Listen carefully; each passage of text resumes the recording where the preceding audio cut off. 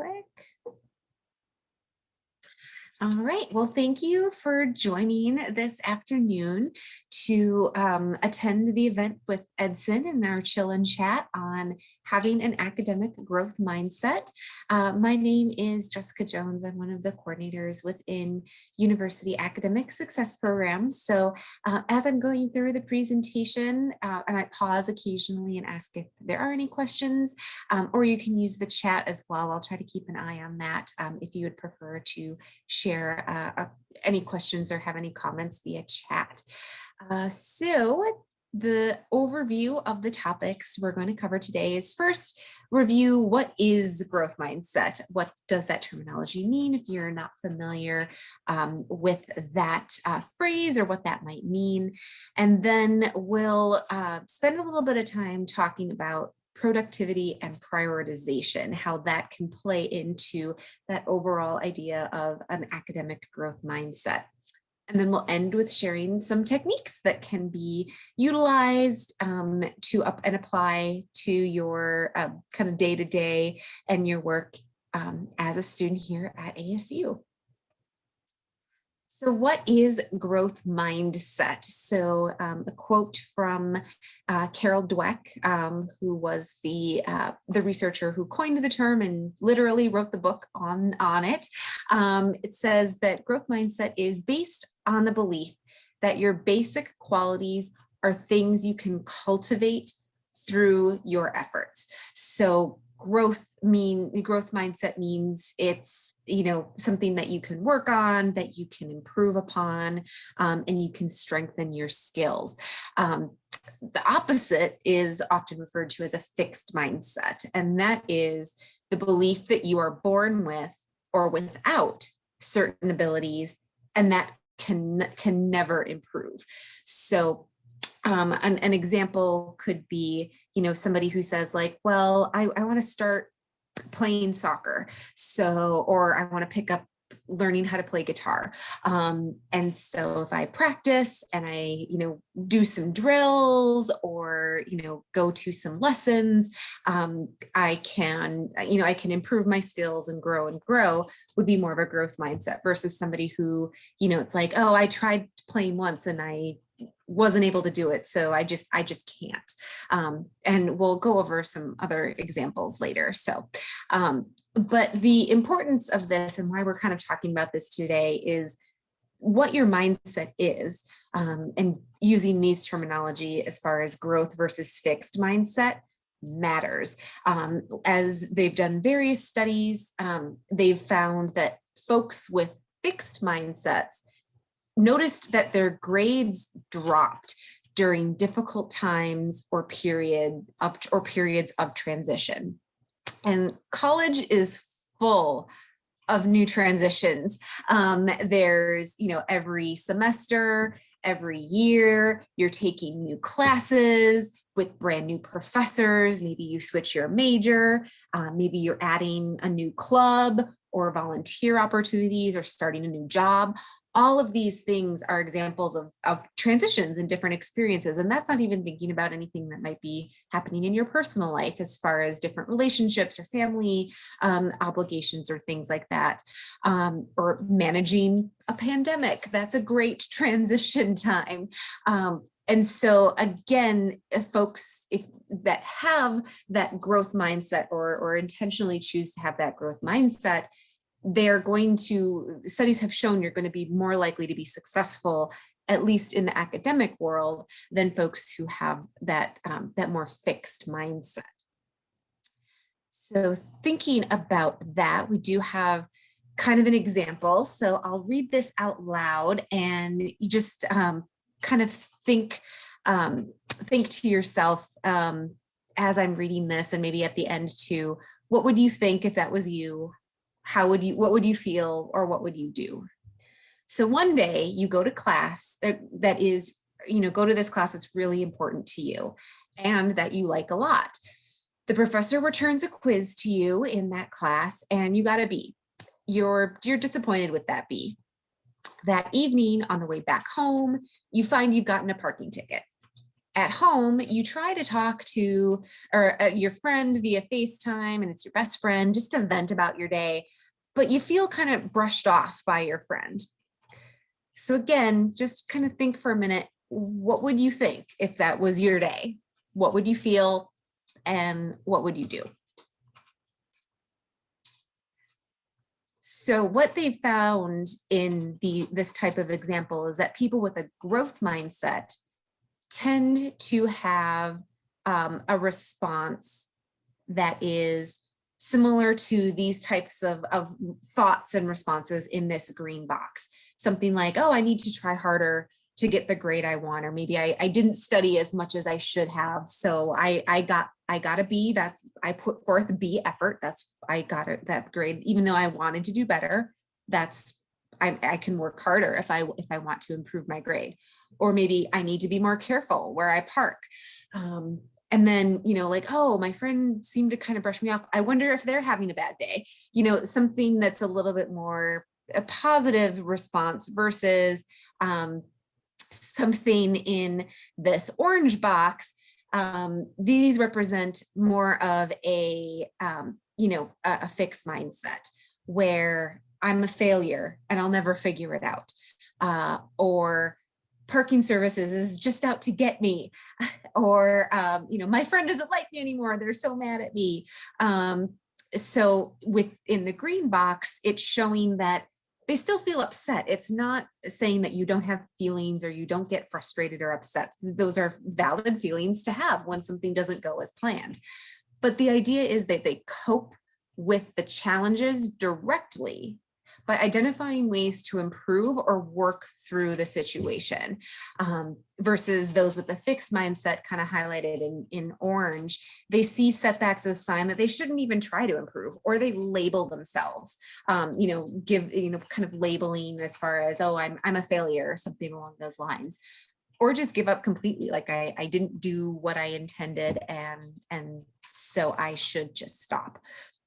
And again, as we mentioned before, if you cultivate more of that growth mindset, it does tend to lead to greater success, not just in the moment, but also down the line. So, and I noticed in the response, you're saying that you can relate to all of those. So as I was working on this too, it's like, yep, I've been there. I've had those types of days for sure. So trying to decide, like, well, what kind of mindset do you have? So we've got some statements here on the screen. So one says your intelligence is something very basic about you that you can't change very much. Number two, you can learn new things, but you can't really change how intelligent you are. Number three, no matter how much intelligence you have, you can always change it quite a bit. And number four, you can always substantially change how intelligent you are. So just take a minute, you can reread those and see if which ones you think you identify with most.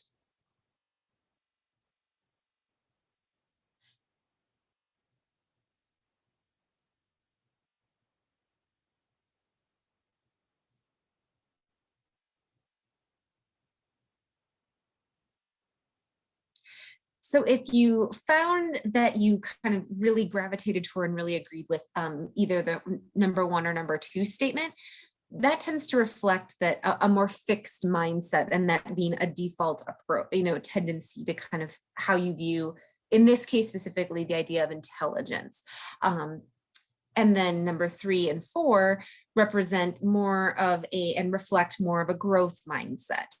So all of these questions had to deal with things like intelligence. As I've read Carol Dweck's research, there's also a lot that says, there's different, I don't know, aspects is the right word, or we'll just say aspects. So like this focused on intelligence, there's also questions about like creativity or ability and things like that. So it is possible that, you might have more of a fixed mindset in one area or more of a growth mindset in another.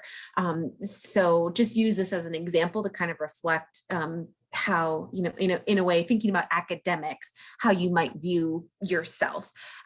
Personally, I've found as I really reflected on growth versus fixed mindset, I tend to have a very growth mindset when I'm thinking about other people's abilities. Like, of course you can work and you can do this and everything like that. But for certain aspects, when I'm thinking for myself, I tend to have more of a fixed mindset and I'm more critical on myself and more generous with others. So that's been something that, since becoming aware of that, trying to be kinder to myself in certain aspects where I find defaulting to more of a fixed mindset. So you might find yourself in a similar boat as well. So with that, how can you practice and cultivate a growth mindset for yourself? One thing you can do is try to reframe challenges as opportunities. It's an opportunity to learn, to grow, to experience something different, rather than something that is hard or a barrier in your way.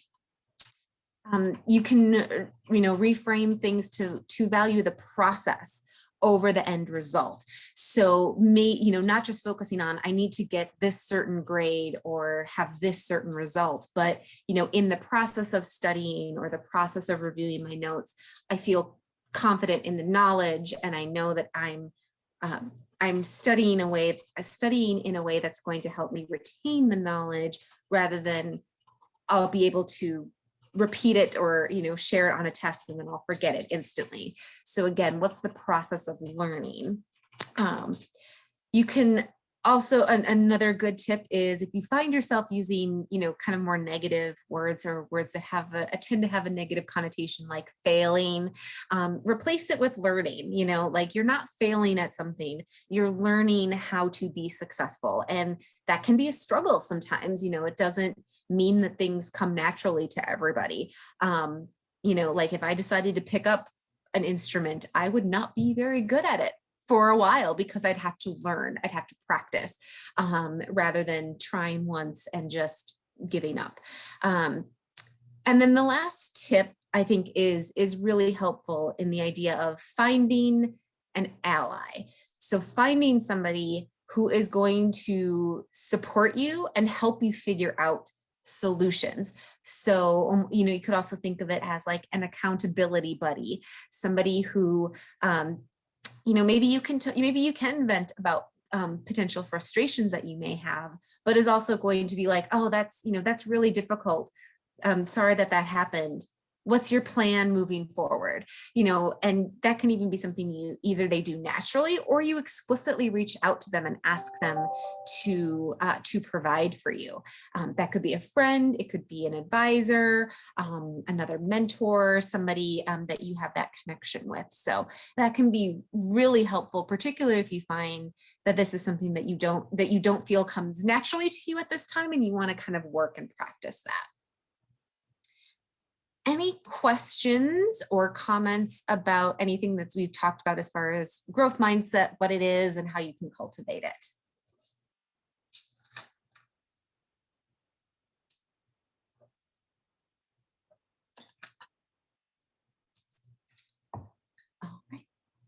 All right. So now let's kind of think about productivity, and what that looks like in thinking with a growth mindset. As was mentioned earlier, times of stress can be a time in particular when folks find that they fall into that fixed mindset. So how can you learn to be productive while also applying what we've discussed about a growth mindset? So productivity is a skill that all individuals need to learn and refine. I feel like I'm refining my productivity skills every day, depending on the day. So it's not necessarily something you achieve once and never have to work on again. So consider your time as an ASU student kind of a training ground to learn how to be productive and manage your time. What you learn and what you cultivate now as a student can be something that you take with you and then apply to other work situations once you graduate. Productivity starts with the habits closely associated with accomplishing more each day. So learning how to be productive as a student, it's not only going to make your time here more successful, but then help you, again, as I mentioned, be a productive member of the workforce. So we've got here this Yerkes-Dodson law, which says that your performance will increase with your stress level up to a certain point. If you get too stressed or too frustrated and it becomes too high, then your performance starts to decrease. And just so with the source material here on the graph, just to kind of clarify where it says arousal on this axis, that refers to stress. So if that helps kind of explain the graphic. So this shape of the curve does change as well, depending on how familiar you are with the task. For example, difficult or unfamiliar tasks will require less stress to perform optimally, whereas tasks that require more persistence may require more stress. So that you may notice with certain classes that you find, a lot of times people say like, oh, I'm good at this subject and I'm not so good at this subject. That's an example of where, what you define as being good at means it doesn't take as much, it's more familiar to you, so it doesn't require as much effort and or stress. Those difficult tasks are the ones, though, that require a more intentional growth mindset, to not view it as insurmountable or something that you'll never get better at or never accomplish. So if your stress level if your stress level is higher than optimal, you can seek ways to try and lower your stress level. And one of those things that you can do is taking time to try and reframe the situation and see if you can apply more of that growth mindset to the task at hand as a way to help with that. So with prioritizing specifically, Stephen Covey, who's the author of many books, the one we're referencing here is First Things First, provides a matrix to assist you in determining which order you should work on tasks.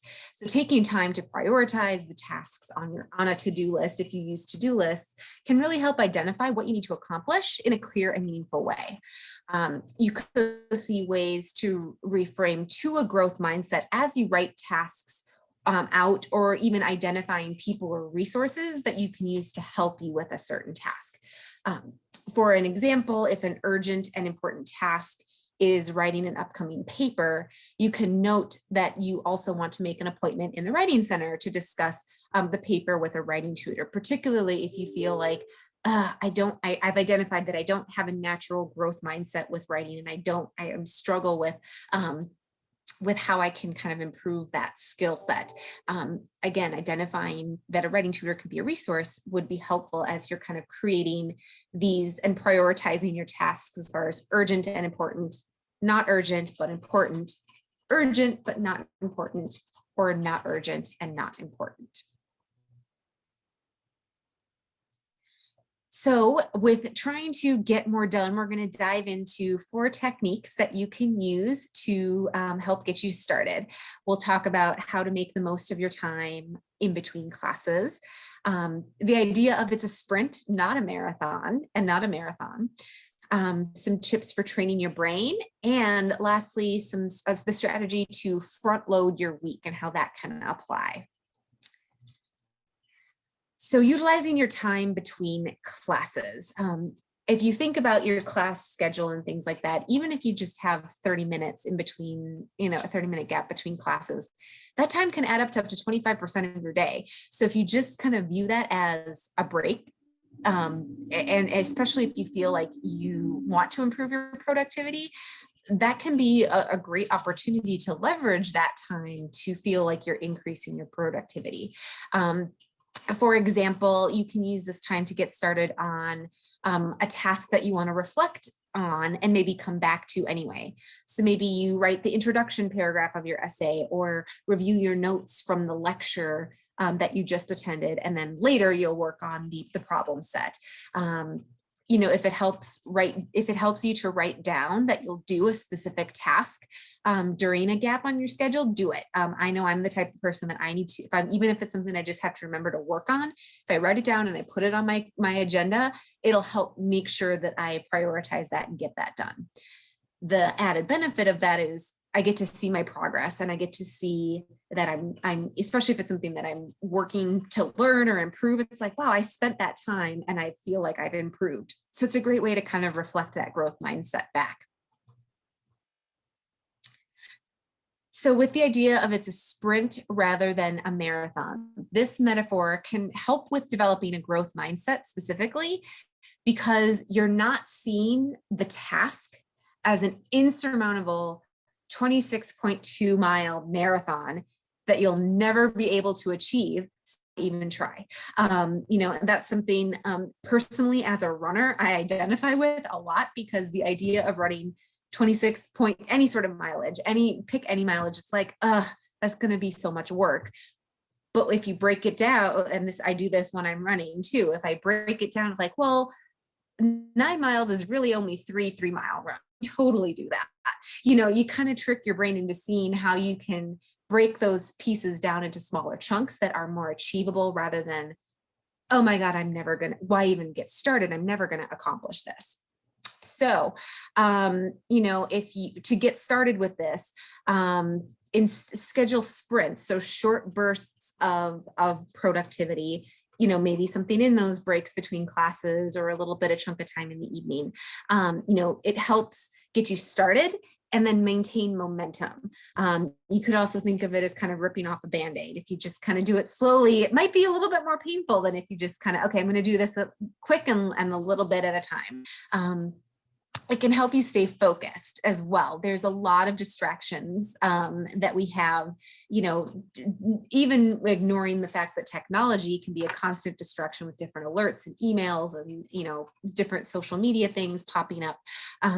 But even just, if there's people in your living space, be it friends or family or pets, those can be, sometimes welcome distractions, but sometimes, distractions that impede productivity. So if you try to stretch something out over a long period of time, you're trying to commit a longer period of time to not being distracted. And that can lead to, a greater chance of being distracted in that huge chunk of time. So the example to use for that is, think of like maybe only studying for an hour and then taking a 15-minute break. And then, or maybe setting aside, okay, I'm going to study for my upcoming exam during this time period, rather than just this, I'll study when I have breaks, something like that. So being intentional about when and how you're scheduling time. Lastly, this approach can allow time for a follow-up or reflection. So, if you get into this habit and you feel, and it is being done properly, you'll find that you're actually can get a lot done in these shorter sprint amount of times. But if you find that it's not working, or, you can take that time to maybe revisit your work later if you get distracted or something, something else comes up that's a greater priority. Or maybe you planned the sprint at a not at the best time of day. We talk a lot about with time management of identifying your most productive time of the day. So if you scheduled sprints, in the early morning, and you realize like, I'm so tired and it takes me a lot of time to get energized and focused, maybe scheduling those sprint times in the mornings is not the best time for you. So again, you can kind of assess as you go along and make adjustments as you need. So training your brain, there's, I refer to it now as the myth of multitasking. We are not multitaskers. Our brains don't actually multitask. You can't do multiple things at once. Instead, you do something and then you code switch. I've heard it called code switching. I've heard it, you just kind of task switching. You're just moving from task to task really quickly.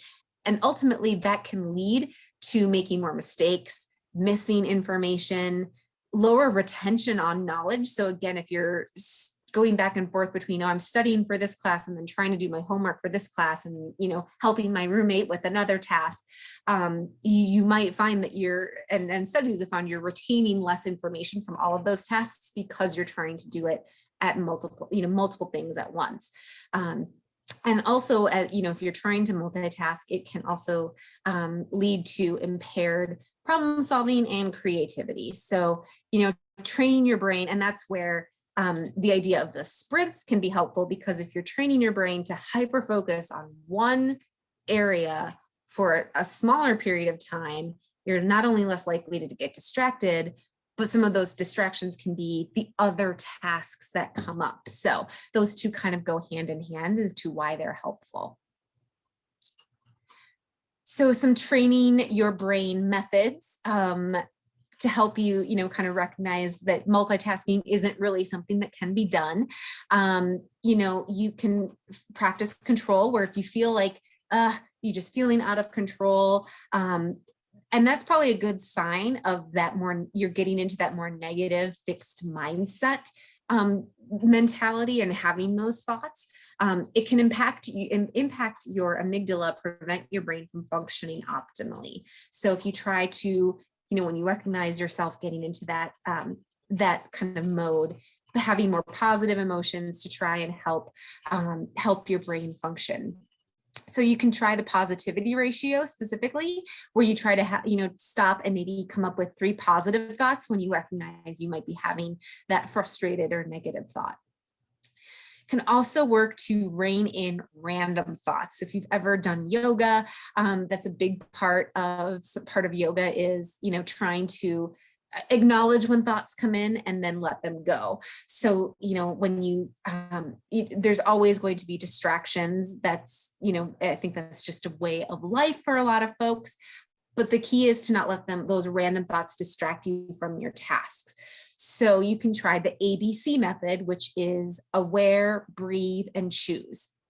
So with aware, you want to be aware of your options.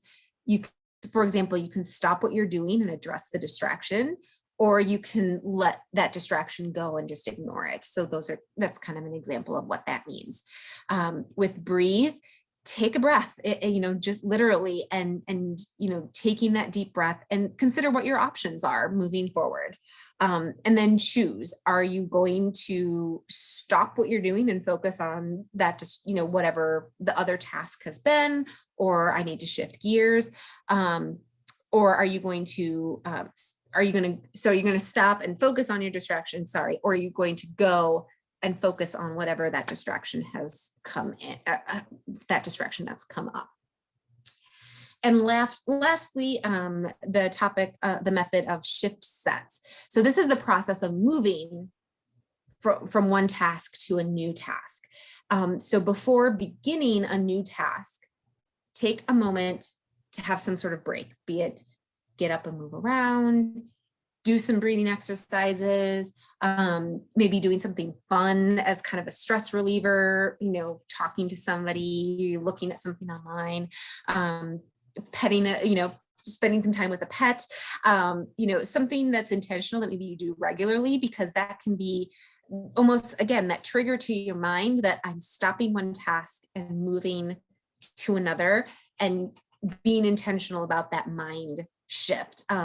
I recommend this to a lot of, particularly if you have kind of back-to-back classes, or if you finish a class and go right to club or a job, taking a moment to reset before starting the new task can do wonders for kind of refocusing on whatever that next task will be.